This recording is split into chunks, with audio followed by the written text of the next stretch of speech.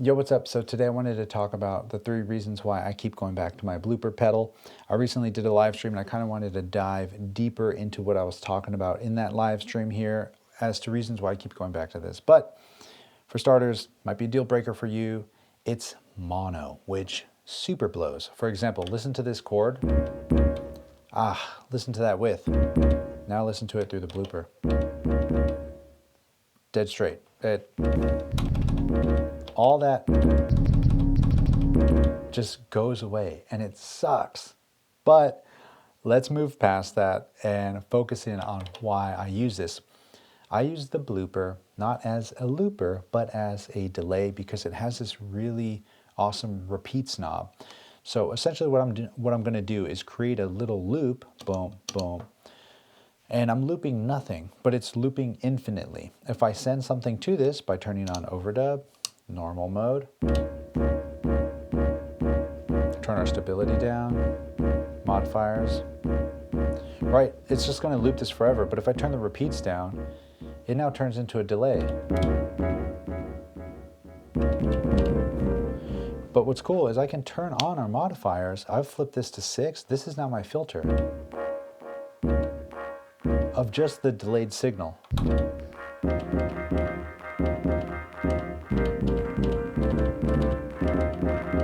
Right? Furthermore, if I flip this into add mode, now every time it loops, it's going to keep adding that filter and recording it to the loop or the buffer. This is really apparent when I turn this up. You'll hear that the resonant peak of this filter, there it is. It's coming back to haunt you. It'll just keep adding itself to whatever last little remnants of sound are there. And in this case, it's pretty much noise, but watch. It's going to keep going. So I love this as for that delay style. So let's say this was playing back. We'll have this, okay, we'll set this to 32 steps.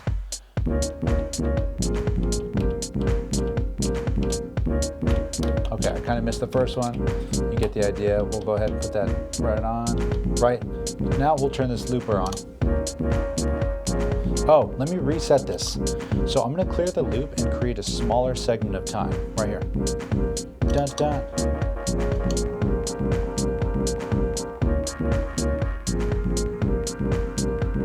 Turn our stability up. Turn our volume down of just the wet signal.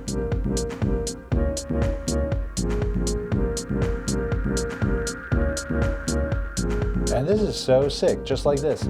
And I'll go to track 6, which is the through track coming back in, and I'll just record 32 bars of this, or 32 steps of it, right? So watch, we'll mute all this.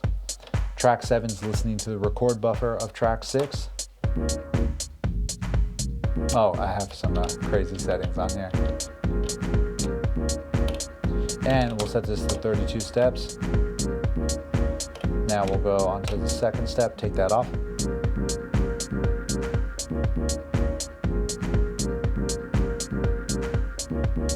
Right, you kind of get the idea. You start ending up with these like weird, trippy loops of loops that were made with the bloop, if that makes any sense. One thing I forgot to mention is that when I have to manually set the delay time by pressing the record on, record off button myself manually, that delay loop is not perfectly synced up to the tempo, and this will not sync up to the tempo over MIDI, which I think is a big plus because it starts introducing this weird swungness or swung feeling if the delay is rang out long enough, if that makes any sense. Maybe it would have been nice to have the option to do it either way, but if that was the case, I probably would have synced it up perfectly and then never have tried it this way and never would have realized that I love this new feeling that it gives. All right, let's get back to it. This kind of ties into the second point, which is this whole additive thing is really fun to me. Again, listening back to just this little chord sample here, right? If I create another loop of time, bump, bump, go back into our overdub. If I go into additive, oh, let me turn down the Q so it's not clipping it too hard. Okay, cool. So if I go into additive and I turn on modifier A, this is going to be my pitch. It's going to keep increasing the pitch every time it's been sampled. Right? This will be more apparent if I were to say dun, dun, dun. Right, so now the loop I'm going to play is...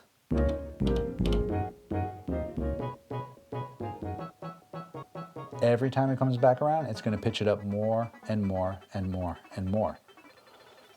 And it's just going to keep going, especially if this repeats this all the way up.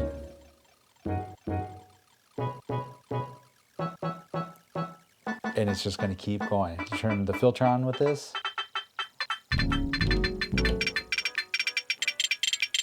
Right, this is getting into the unusable territory for me, right? But again, where this is really usable for me is if I turn these on. Let's try it here with the kick on, right? And we'll give ourselves a new loop to kind of work with. Let's see. Dun, dun. So real fast. Let's find another part of this sample here. We'll go ahead and scroll over. That's cool.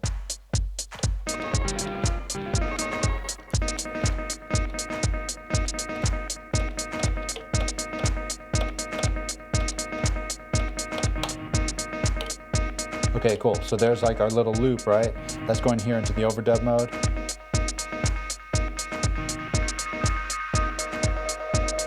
We'll turn on the pitch additive mode. Well, actually, we'll turn off the filter for now. We'll keep it super simple.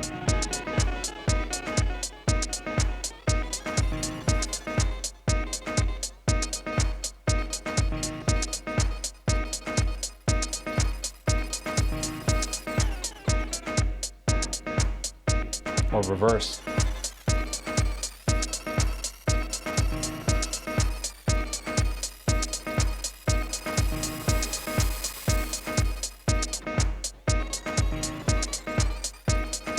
Right there.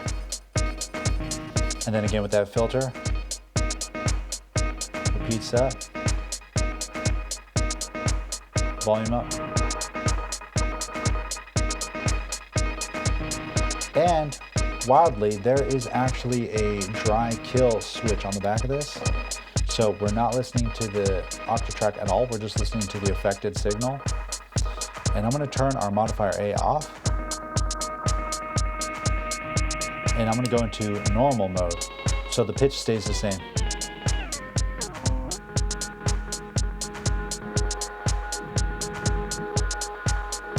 Same thing, we can go here. Let's see, we'll just grab. Okay, cool. This actually worked out perfectly. I was not expecting it to be that good. You might not have heard it, but let's listen to the recorded version of what we just grabbed. All right, so now we're gonna listen to track 7. We got the single trigger here, and this is the recorded version of that weird loop of me playing, right? Moving the pitch around and doing that trippy additive stuff. And if I really wanted to push this further, we can go and say dark reverb. And then let's add a bit more bass back to this. I'm gonna turn our Q just to the high pass filter, set our high pass to 24. High pass is gonna be your bass. Turn the Q up. I'm gonna push it really far.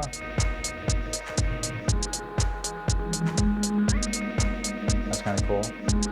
Bring it back a little bit. And you know what? Why not have it on both?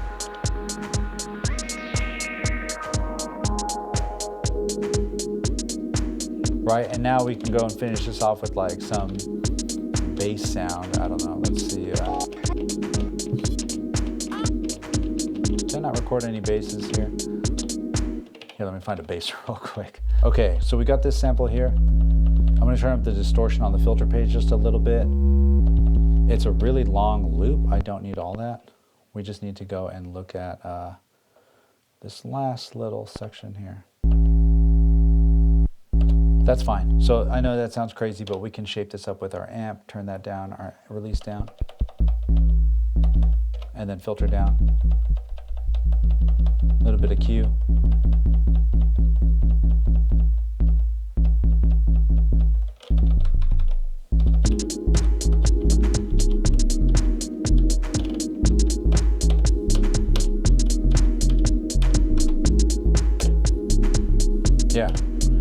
simple, right?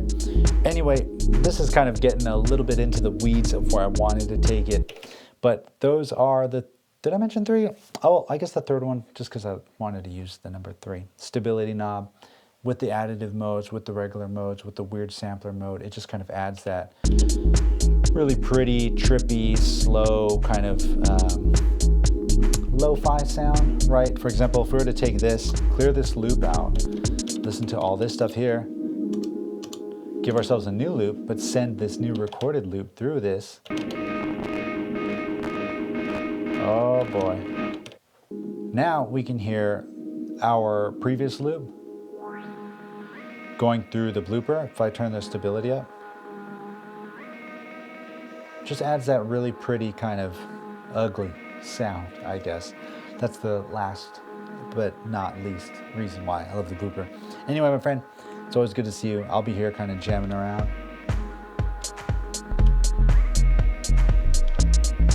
Oh, right, the dry kill's on, so everything's way off here. Let's flip that back on. There it is. Listen how pretty that is. Right, you go into here, you throw a little bit of a reverb on there. Filter that down a little.